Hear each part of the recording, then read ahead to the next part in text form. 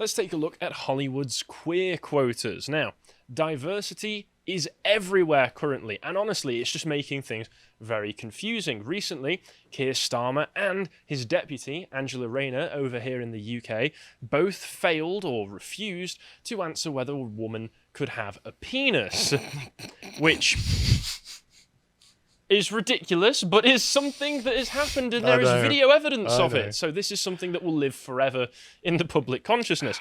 And diversity quotas themselves have played a big role in politics. For instance, getting such esteemed politicians as Jess Phillips into the political party that she occupies with Labour. It's even got so bad now that it seems that we're getting a quota for men participating in women's sports.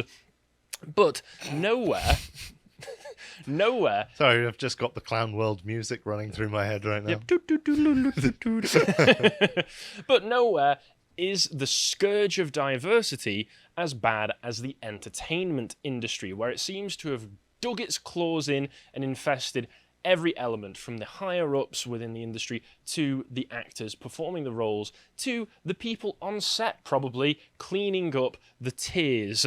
And Disney, for instance, has recently come out against the anti-groomer bill in Florida, which was called by the media as being "don't say gay," but I think we all know that that's an incredibly dishonest framing of that bill. Lie. And anti-groomer bill is the proper name for it. DeSantis, you could still just pop that name on there if you felt the need to.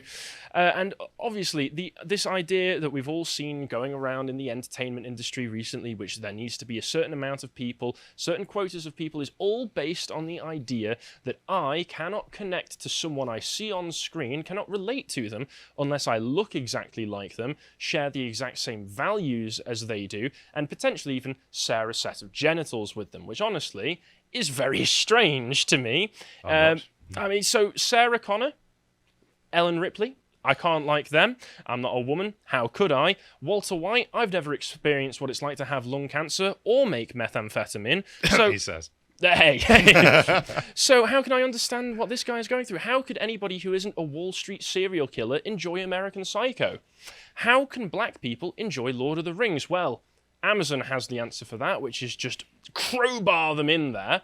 And then recently, this just came out. Christopher Rufo shared a clip from an interview with Disney's corporate president, Carrie Burke. And I think I'll let the clip speak for itself if we just play this. Oh, God.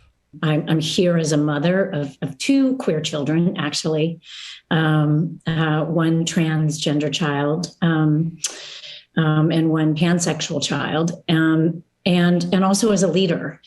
And that was the thing that really got me, because I have heard so much from so many of my colleagues over the course of the last couple of weeks in open forums and through emails and phone conversations. And I feel a responsibility to speak, not just for myself, but for them.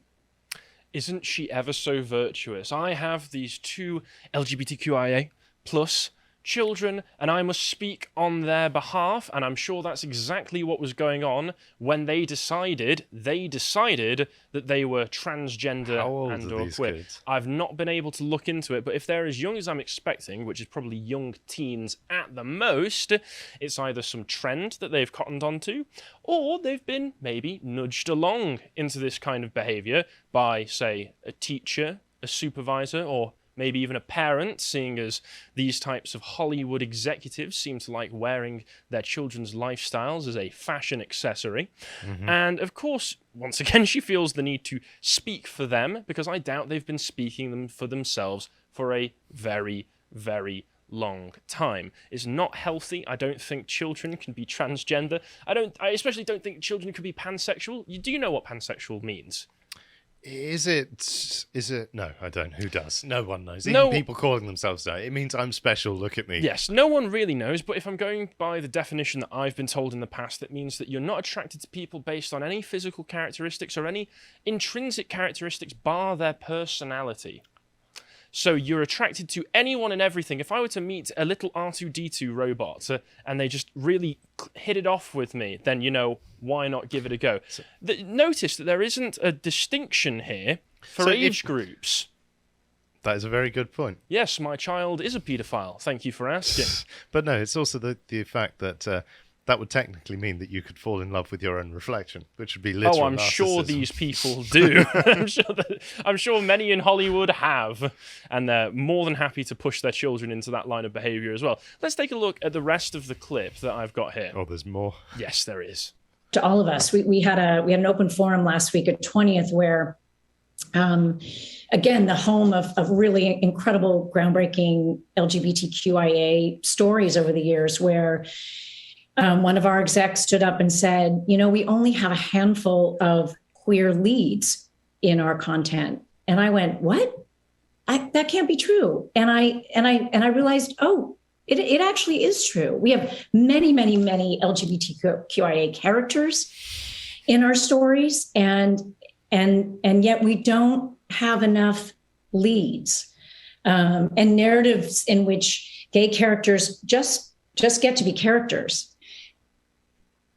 So the reason you probably don't have enough leads or noticeable gay characters is because if they were more noticeable, it'd be difficult to cut them out of the Chinese versions of these products. I think I should probably stop referring to them as films at this point, because films and movies implies a layer of artistry, which Disney really doesn't have. It's just content. It's content, is a product, is what it is. It's something to be thrown out, disposed of within a week or so. But this is once again, the corporate president of Disney. And it really shows you the mentality of the people at the top of these entertainment giants.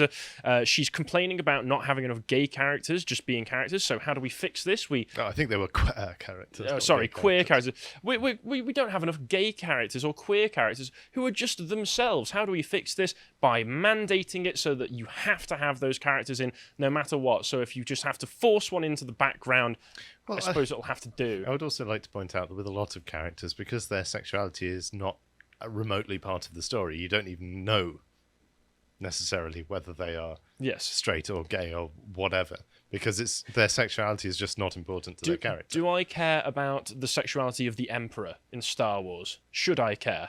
I know in the Disney trilogy it revealed that he had children and they had children. Get out. Yes, I know, it's ridiculous. I don't want to know about the Emperor Palpatine's love life, therefore I don't need to know about his sexuality. It's probably the Sarlacc sexual. Oh, no.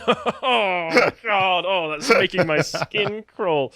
But anyway, back on topic. Yeah. One of the questions that you really need to ask yourself is, why is a ostensibly children-focused company so obsessed about pushing sexuality, pushing a particular ideology? It really doesn't help to deter those claims of grooming or anything like that, especially seeing as a number of your own employees recently have been arrested for taking part in a child sex trafficking ring. But those are just employees at theme parks. I'm sure that none of your higher-ups have any affiliations with those.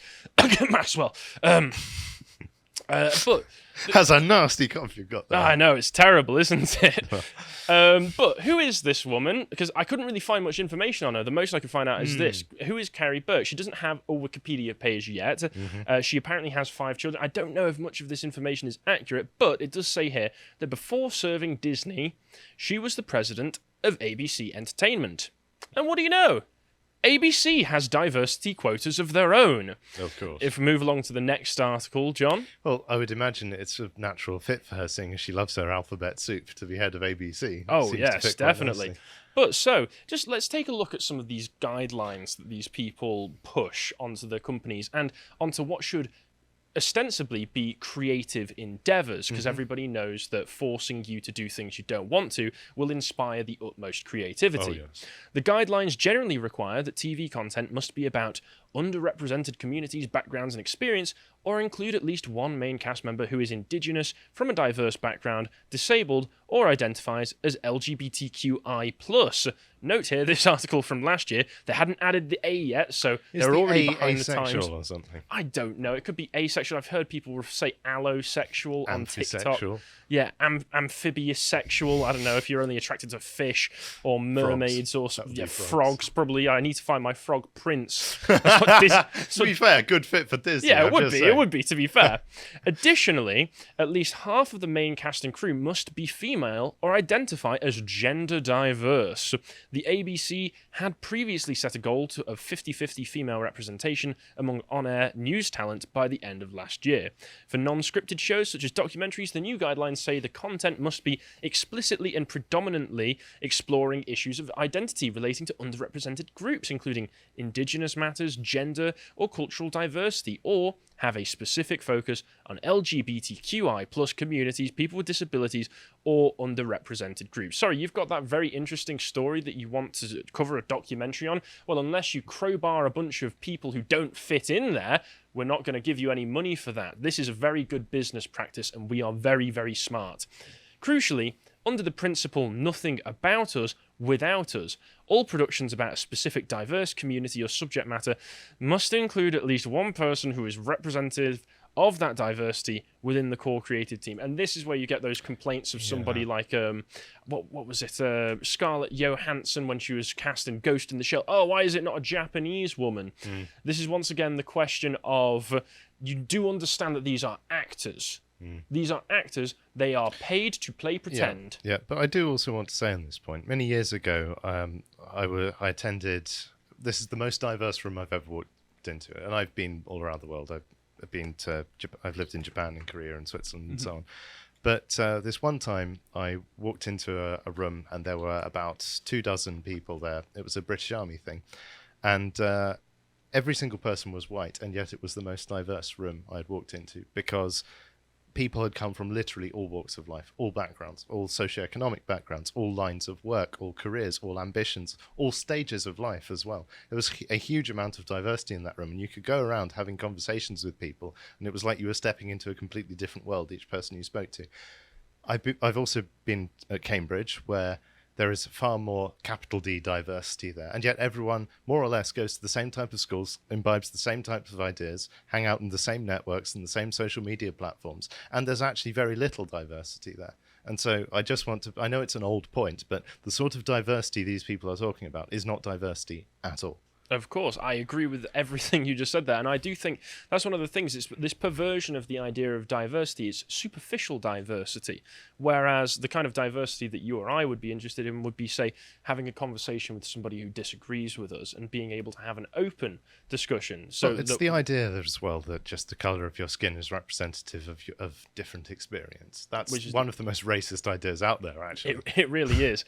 But this is not just something that is restricted to the people in the upper echelon of the entertainment industry, because they all exist in the same little bubbles, the same Hollywood circles. We've got actors doing the same thing, including, sadly, an actor I actually really like in terms of his performances and his acting ability.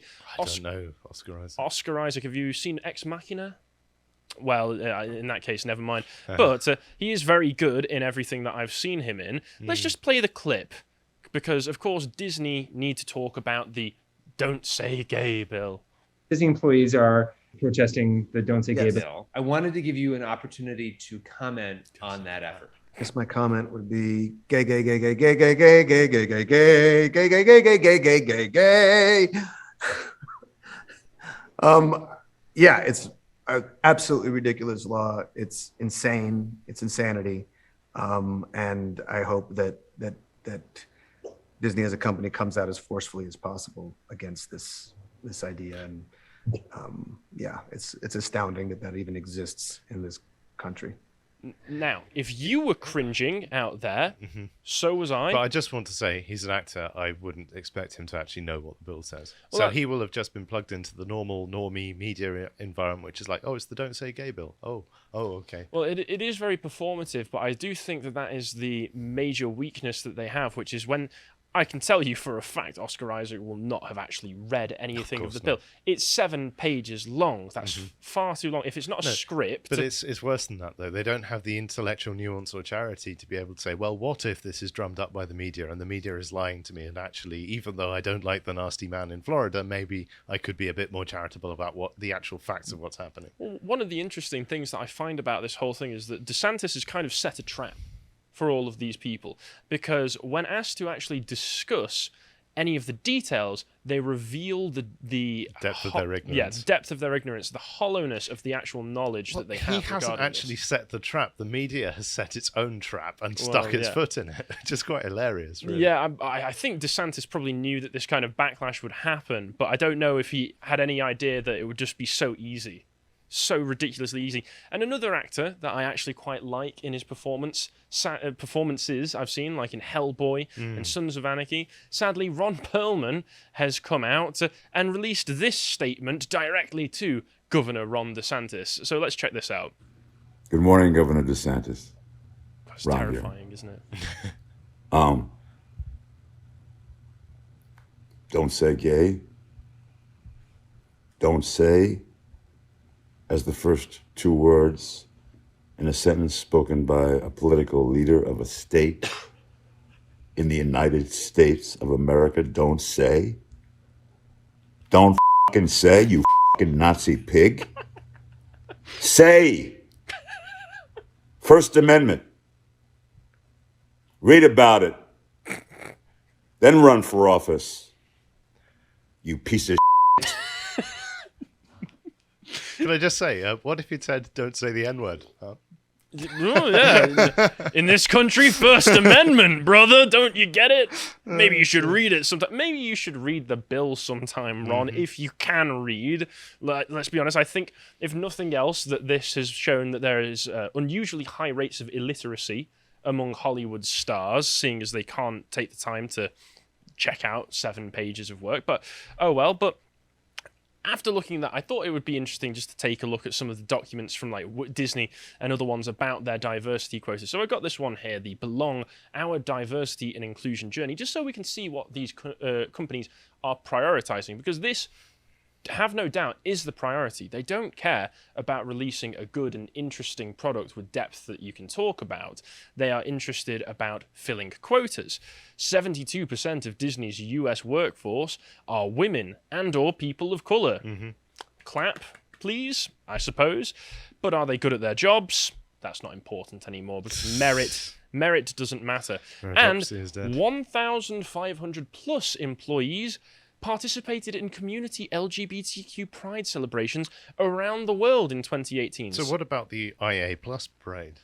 I guess they've just been left out. This is very exclusionary of you, Disney, and you should be ashamed. Not impressed. Well, I think it shows some weirdness about what Disney are prioritizing, because why are you paying attention to the political activism of your own employees?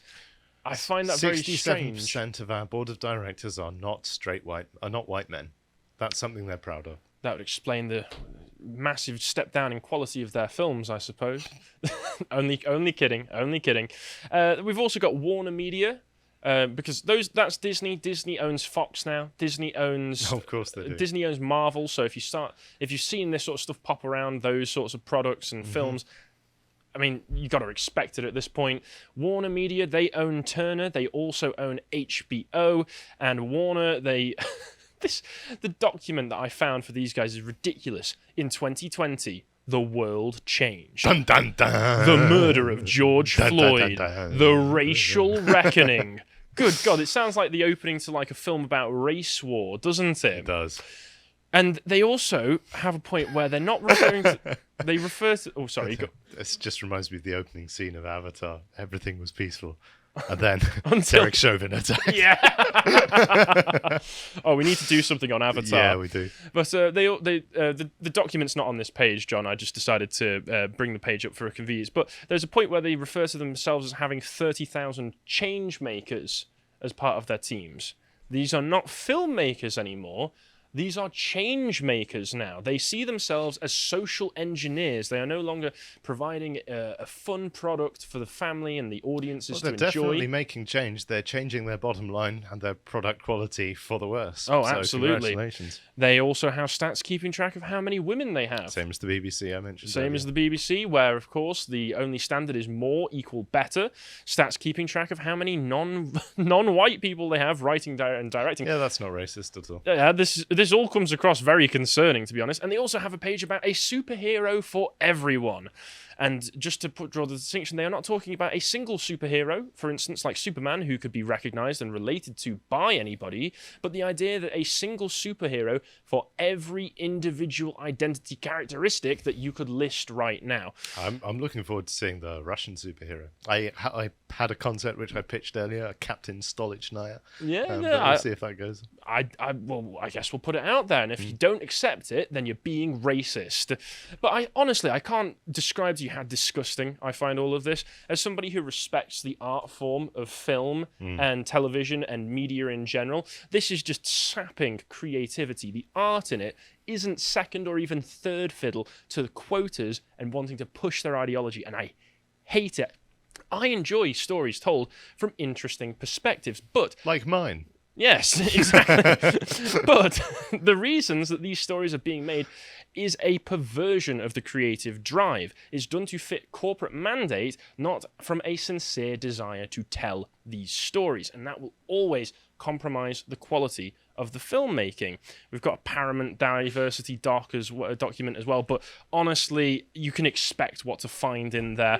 If we skip over to Pink News, that bastion of journalistic integrity, they talk about how back in 2020 the Oscars announced a landmark new diversity rules for Best Picture hopefuls to try and boost LGBT plus, or very behind the times, Pink News, I'm disappointed, and other underrepresented groups. Beginning in 2024 with the 96th Oscars, films hoping to qualify for the top Oscar will have to meet a set of off and on camera inclusion quotas that includes LGBT plus representation, which is another mandate that will restrict the creativity and push these studios to want to only make a very particular type of film. So if you're looking for creativity in film, just leave Hollywood altogether. Just don't go towards anything they're putting out. They hate you. Don't buy their stuff. But to make the prestigious Best Picture category, the filmmakers must now outline exactly how they have strived to make their productions more diverse on and off screen. For example, to meet on-screen representation, at least one lead or major supporting actor must be from an underrepresented racial or ethnic group. In the United States. So this is one thing which annoys me, right? So you could make, say, a film in Taiwan with Taiwanese actors, and that would qualify, even though every single person is from the majority ethnic group. A few years ago, in 2019, do you remember that Parasite, the South Korean film, won? Uh-huh. How many black people were there in Parasite? Was that 0? Yeah, in fact, how many Japanese people or Chinese people were there in Parasite? Very good point. In fact, other than in a very distant shot where there was a German family shown for about 5 seconds, I believe it was all South Korean people. Well, this is the thing. The Oscars has always been very America-centric, and even its anti-Americanism is America-centric, which is quite laughable. Well, that's the irony of it all, isn't it? And if not, around 30% of actors in secondary or minor roles must be at least 2 of the following: women from an underrepresented racial or ethnic group, part of the LGBT plus community, or disabled, or overall the film's main storyline must focus on an underrepresented group. And just burn it all down, because once again, Hollywood, why are you pandering to these people? Skip over to The Guardian, if you please. It will never be enough. It will never be enough. These people don't watch your programs. They don't watch your films. They don't buy your comic books. They do not care. They only care that they can see headlines saying that you are promoting the right thing. And even if you're doing that, they will find somewhere else to go, because if you give them an inch, they will take a mile. They're anti-fans, fundamentally. Yes. These are all restrictions on creativity at the end of the day, to go along with the types of typical restrictions studios hand out to filmmakers anyway. That's if studios hire people nowadays that are creative and aren't just ideologues that agree with everything they have to say already. You're limiting the kinds of stories that can be told. For instance, Dog Soldiers. Are you aware of Dog Soldiers? Great horror thriller from the early 2000s. It's about a platoon of white guys in the woods in England fighting a werewolf. Oh, I've heard about this. It's fantastic. And that's a classic, isn't it? Yeah, it's an absolute classic. And if they were to try and make it today, apparently it wouldn't get made, because what, you want a bunch of English men out in the woods? Pfft, not hitting the quotas, sorry, mate. And I do not appreciate that level of creativity is being hamstrung by this. God, I hope there is an entertainment industry crash soon. That's the only thing I can hope and see fixing this. Absolutely. If you appreciated that segment from the podcast The Lotus Eaters, you can go to lotuseaters.com to get access to all the premium content we have on the site, such as the Rudyard Kipling collection that John Wheatley's been doing, and this one on the poem Tommy. And if you want to follow what else we're covering out, you can follow us on Getter at lotuseaters_com on Getter. Thank you and goodbye.